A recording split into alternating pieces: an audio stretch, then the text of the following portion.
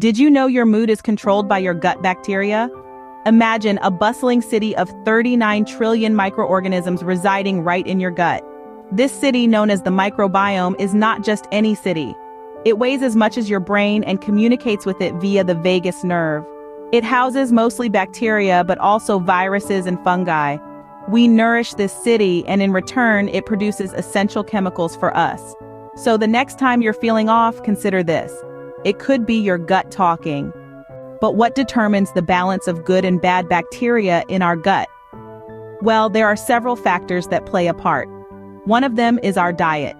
Eating a diverse range of foods rich in fiber promotes the growth of beneficial gut bacteria.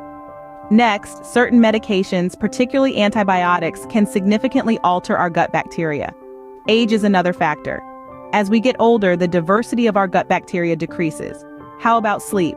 It's no secret that lack of sleep can wreak havoc on our bodies, and our gut bacteria are no exception.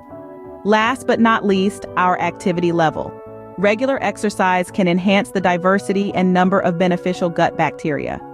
These factors play a crucial role in maintaining a healthy microbiome, which in turn affects our mood. Can a small change in our diet bring about a big change in our mood? It's a question that offers intriguing possibilities. The answer is a resounding yes. The food we consume is not just fuel for our bodies, but also the nourishment for those 39 trillion microorganisms residing in our gut. The healthier our diet, the happier our gut bacteria, and the more uplifting the messages they send to our brain via the vagus nerve.